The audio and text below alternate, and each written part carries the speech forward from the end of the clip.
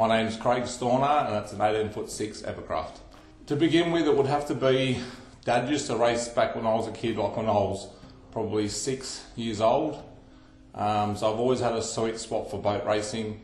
Then I got into karting originally, and then from karting I did that probably for 8 to 10 years, and then I got into boat racing. I started racing my father's boat, which is a flat bottom Sanger, and then from there we're losing too much speed through the turns because it was too flat, and then I was like, well, we need something that can handle better. We got a Ramsey boat, which was a 105 boat at the time, and then we had a pretty bad accident with that boat, and then I stopped racing for a while. There was probably about 3 or 4 months we had off, and then I wanted to get back into racing. We sold the Ramsey boat, and then this boat here came up for sale from Scotty at the time. There was nothing else really for sale. When we looked into it, we noticed that the Evercrafts, obviously they handle really well, they're fast in the turns, so we thought, well, that's probably a good option, so we bought that one, and here we are.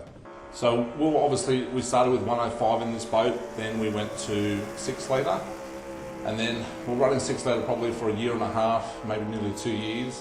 But the upkeep for them motors there's a lot of upkeep. You've got to service a lot of things, everything's pushed to the limits. There's a lot of dyno time just to try and find every little bit of horsepower and torque you could possibly get out of them. So there was a lot more time in the engine room to try and get the motors as best as you could because you're restricted to cubes. So then we done a lot of R&D on one of our motors, but we were getting slow progressions, but it was costing a lot of money. And then we went to a track up at Taree, and then we only went, I think we actually went a mile or two slower. And then Dale was like, okay, let's change this up a bit. And he said, let's go twin turbos, because he's a turbo man. And then we're going to actually turbo the 6 litre, but then when we pulled that apart, it wasn't going to work. So Dale goes, okay, we'll build a big block. And I listened to him, and here we are. So yeah, my name's Dale. I'm the crew chief on the boat, maintain the engine, done all the wiring, do all the tuning for the ECU and all that sort of stuff. Well, originally we were going to go to unlimited eventually, and we were looking at turboing the NASCAR motor. So when we pulled the cylinder heads off, it was like an open deck. It was just not going to work. So we're like, oh, let's just put a big block in it.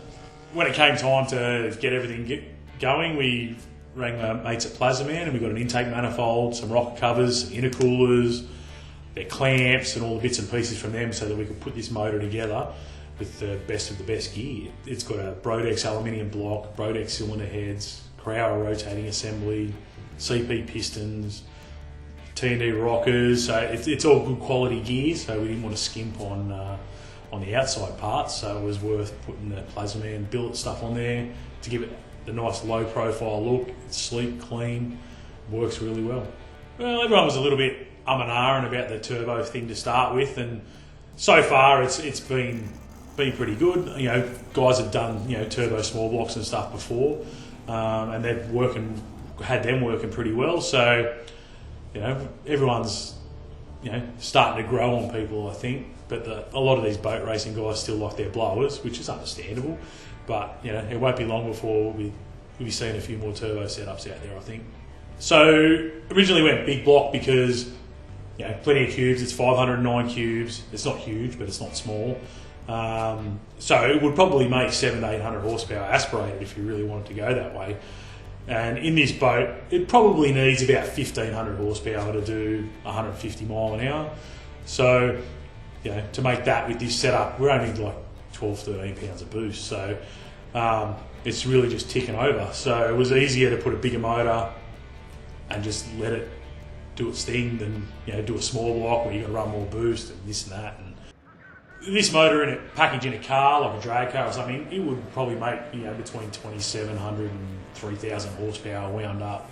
This doesn't need that, but what we can do is we can control the horsepower from low RPM to high RPM, so we can have 900 horsepower at 4000 RPM when he comes out of the turn, and then at 6500 we can have 1400 horsepower. Whereas these blower guys, they're literally limited by how fast they turn their engine to how much throttle plate. We can be at 30% throttle and still be at 15 pounds of boost, ready to go as soon as he touches the throttle. I think this boat's probably capable of doing 145 to 150. I think 145 is probably the sweet spot in unlimited at the moment. If you can do 145, you're going to be able to run beside pretty much everybody. So I think that's where we need to be. I think it's probably a stepping stone boat. We'll end up with something bigger at one point in time where we'll be able to use more horsepower, but I think for the moment we'll learn the craft. Craig will learn to drive, learn what changes does what to the boat. It's a fair bit different to a car. So I'm learning, Craig's still learning. We've got a few good guys that are helping us out to get it sorted, and hopefully Avago will put on a bit more of a show and let it rip. I don't think anyone's actually done this sort of package in that boat because it's only an 18'6" boat. A lot of the other guys are running 21 footers like Child's Plays or a bigger type of boat with a big block in it. All the other guys in Evercrafts in this class have got small block, either supercharged. There is one guy that's got the same boat. That's it's a flat 6, I think it is, the Barrow motor. He's a single turbo, but again it's a small motor. But the reason we went this way is big cubes, it's 3 horsepower. We went aluminium to keep the weight down. So originally a lot of people were like, you can't do what you're doing, but this was all based on weight and how it handled with the 6 litre. So it's literally not much more over our 6 litre motor. So the boat handles the same. So once we get all the characteristics right with the boat to handle that sort of motor, it's going to be fast.